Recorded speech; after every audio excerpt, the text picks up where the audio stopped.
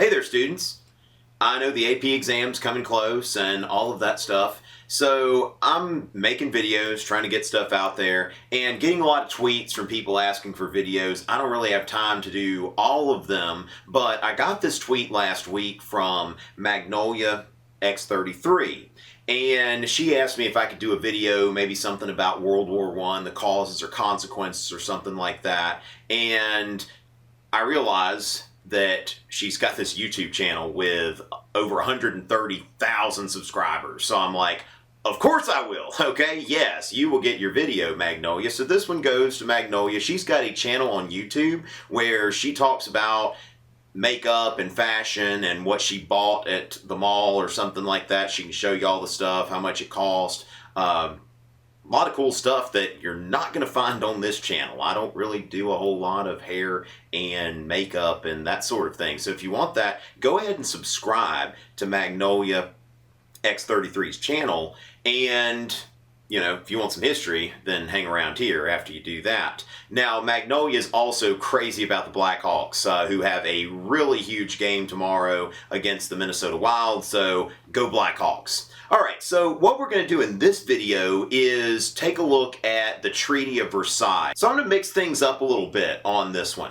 I'm going to look at the Treaty of Versailles from the German perspective, but get a little creative with it. We're going to treat this like some sort of shopping spree, alright? So I'm going to show you what Germany got in the Treaty of Versailles.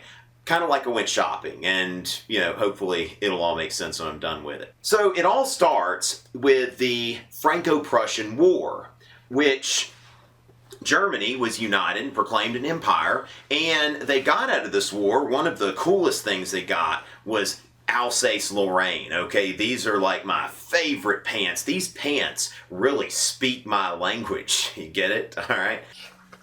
The people in Alsace-Lorraine spoke German. It had been part of France. So German speakers to the German Empire. Got my Alsace-Lorraine pants. They're awesome. All right? And on top of that, Germany, I made France pay reparations. So it's almost like if I was going shopping that I shoplifted these pants and then I reached into the register and just grabbed a big old wad of cash and put that in my pocket. So not only is France losing territory, but they're also losing cash. And then the Germans go to Versailles and proclaim their empire right there at the place that is symbolic of French magnificence and grandeur. So, you know, nice pants, nice reparations, all of that good stuff. Now, then there's World War I, and the Germans, after, you know, winning the Franco-Prussian War and getting their territory, getting reparations from France, and humiliating France by proclaiming the German Empire, it's going to be France's turn, okay? Because World War I, Germany's going to lose this war. But you know what's awesome, though?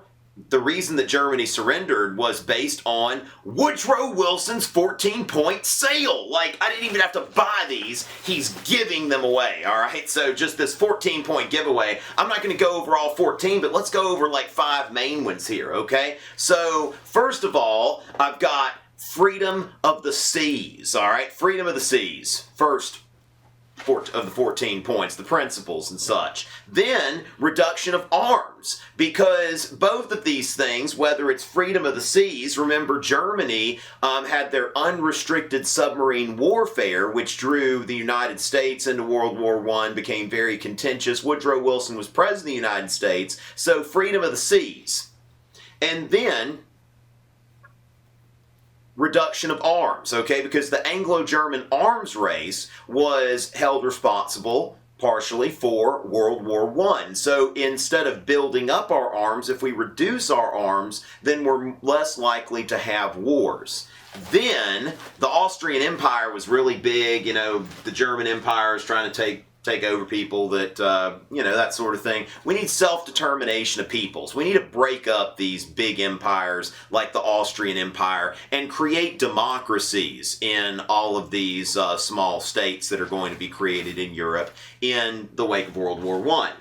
Then we have Lady Cat Soccer. open treaty negotiations, all right? Open treaty negotiations, because part of the confusion that led to World War I was because some of these alliances were secret.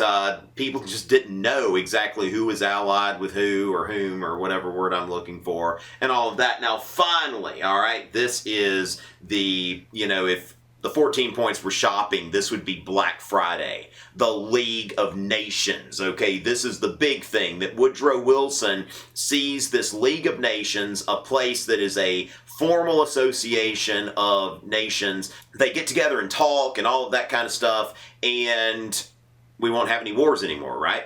Well, right, of course.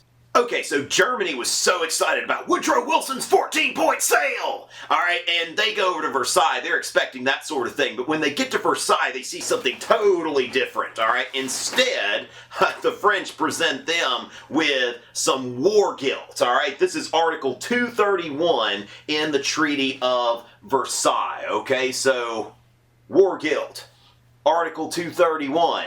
And the Germans have to admit, starting this war, which of course started from like a bunch of mass confusion, nobody can really be blamed, but they have to take on this war guilt.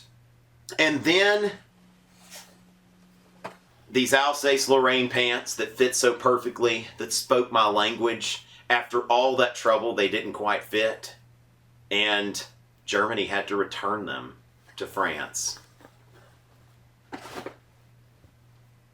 And then, on top of everything else, Germany had to pay France, let's see if we can do this, some reparations, alright? So basically, the Franco-Prussian War back at them. They go to Versailles, same place where the Germans had proclaimed their empire, and they have to give back Alsace-Lorraine, and then they have to pay the French and the British some war reparations.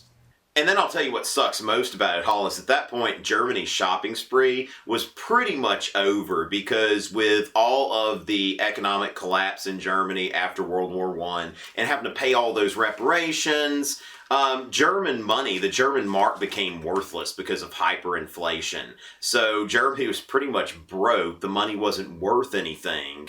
And yeah, this is not like one of those happy Magnolia X-33's shopping sprees, okay? This is actually kind of depressing, okay? Hopefully the Blackhawks will win tomorrow and we can all be happy about that, but Germany was not happy with the result of the Treaty of Versailles. So keep in mind that you need to understand the roots of the bitterness between France and Germany, which goes back to the Franco-Prussian War, where Germany took Alsace-Lorraine, they humiliated France in the Hall of Mirrors at Versailles, and they made France pay reparations. Then Germany surrenders based on Woodrow Wilson's 14 points. And these are really summarized by freedom of the seas, reduction of arms, self-determination of peoples, open treaty negotiations, and the League of Nations.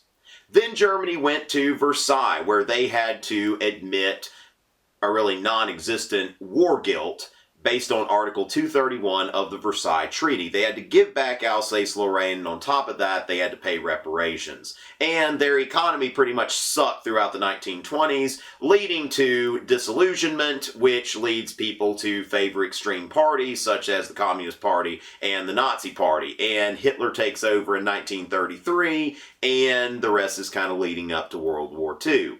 Hope you learned something. Tried things a little bit different, but hope that paid off. Subscribe to Magnolia 33X. Check out her stuff. It's awesome. Based on the subscriber count, much more awesome than anything I'm doing. But if you haven't subscribed to my channel yet, subscribe. Follow me on Twitter, @TomRichey. Same on Instagram. Look for me. I'll have more videos coming up. But for now, I'm done. Until next time.